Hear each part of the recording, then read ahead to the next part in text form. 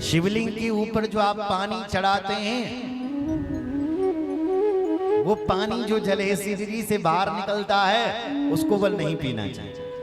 बड़ा बड़ा महात्मा टीवी पर ना होता वो बोलते हैं भैया शिवलिंग से जो जलहरी से जल निकल रहा वो मत पियो, पता नहीं क्या क्या बोलते हैं,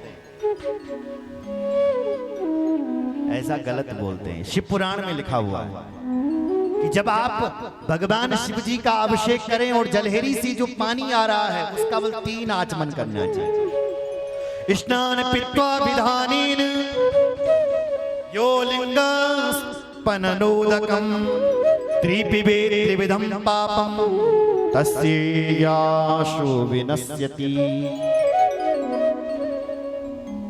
जब आप भगवान शिव जी का अभिषेक करें तो शिव शिव बोल करके महादेव का अभिषेक करें। आपको मंत्र आते हो तो बहुत अच्छा। और उसके बाद जो जलहरी से जल आ रहा है त्रिपिबेत् त्रिविधं पापं, उसकी बल 3 आचमनी करनी चाहिए। तो क्या होगा?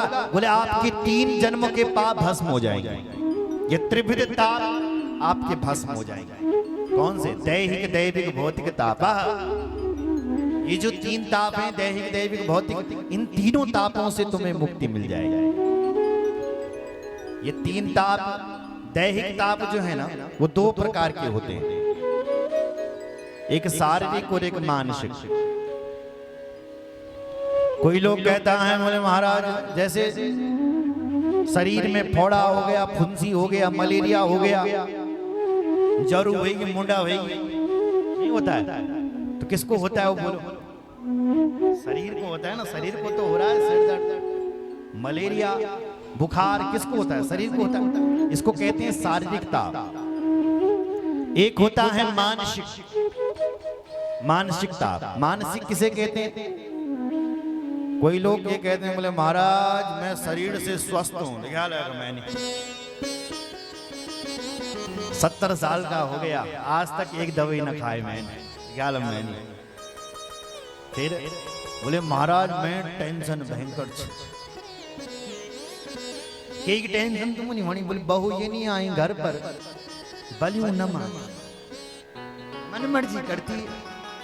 तो मैंने कहा बात क्रोध जो भयंकर। अब ये क्रोध आ रहा है, ये क्या है? ये है मानसिक ताप। टेंशन हो रही है, ये कौन सा ताप है? मन में हो रही है तो मानसिक ताप। तो भगवान के चरणों में आ जाओ, शिव जी का अभिषेक करो, 3 आचमन का पान करो, ये ताप आपको नहीं सताएगा। इसको कहते हैं आध्यात्मिक। दूसरा होता है आदिदैविक। आदिदैविक मतलब जो अपने द्वारा नहीं, जो देवताओं के द्वारा किया जाता है उसको दैविक ताप कहते हैं। कैसे? सुने आला जरा सुनो। जैसे तुमने खेतों पर फसल बो दी,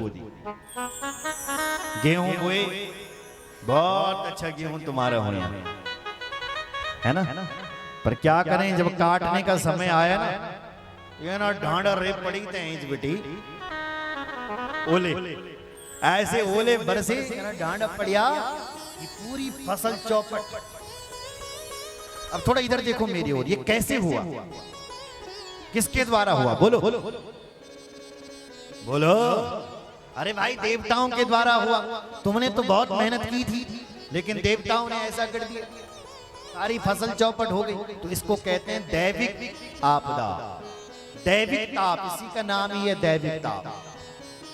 या महाराज आपदा की बोलो साहब भागी गई ना हो आपदा। ये कैसे आए? देवताओं की इच्छा से।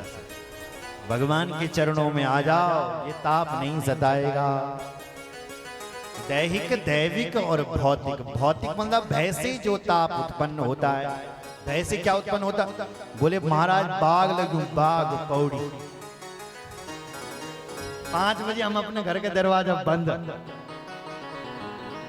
बाग लगी, लाइन से डाउन, जय श्री राम। बाग, अब ये बाग क्या हो गया? भय हो गया, भय। तो इसको कहते हैं भौतिक ताप। भय से जो ताप उत्पन्न होता है उसका नाम है भौतिक। या महाराज हमारे घर में सांप घुस गया। अब भीतर तो नहीं पर बाहर ना आए। अब अपने घर में घुसने में बड़ा डर लग रहा है, भय हो रहा है, डर हो रहा है। किसका? सांप का। तो इसी को कहते हैं भौतिक। भगवान के चरणों में आ जाओ, 3 आचमनी जल शिवलिंग की जलहरी से ग्रहण करो, ये आपको, ये ताप आपको नहीं सताएगा। बोलो शंकर भगवान की जय।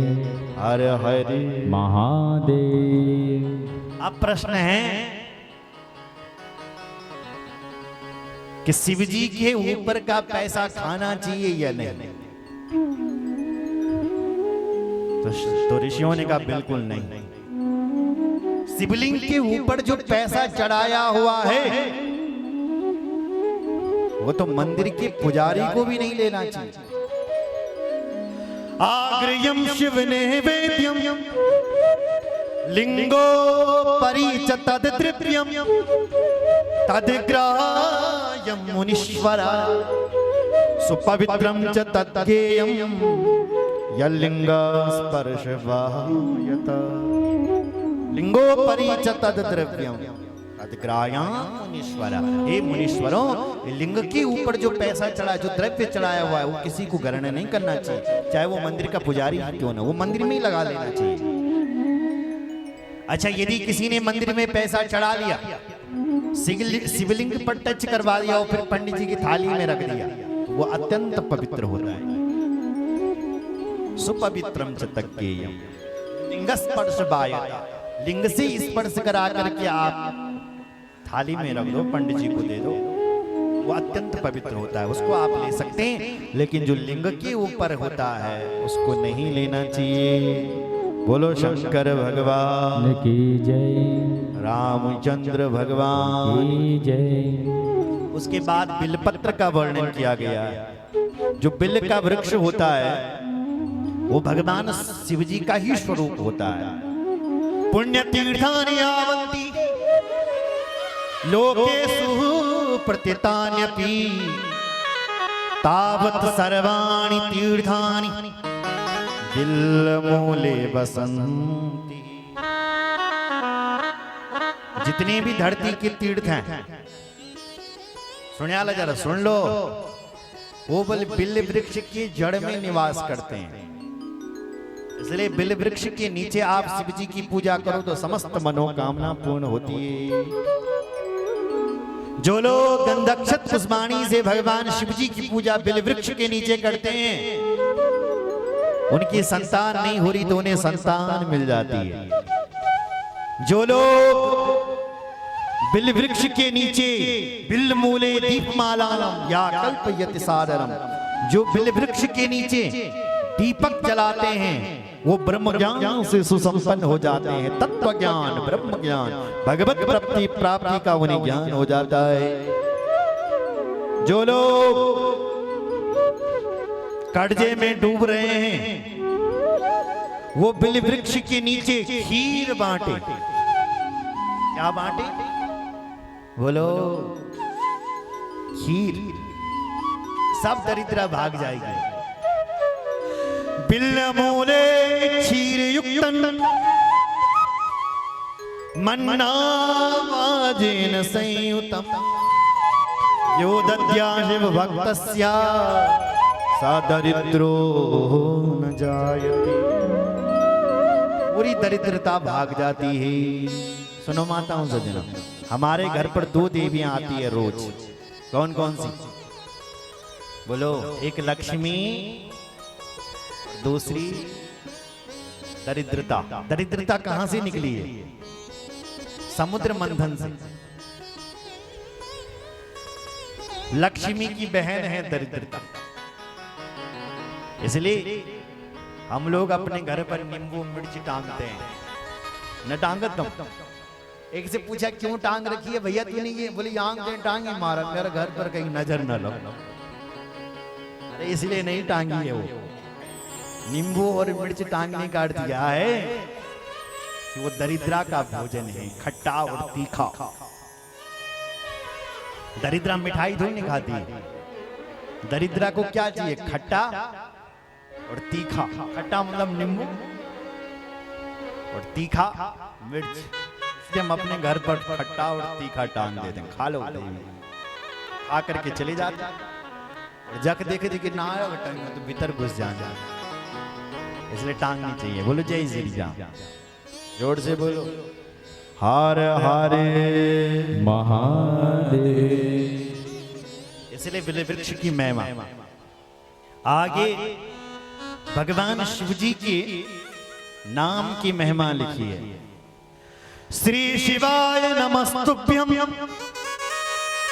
मुखं व्याहरते यदा तन्मुखं पावनं तीर्थं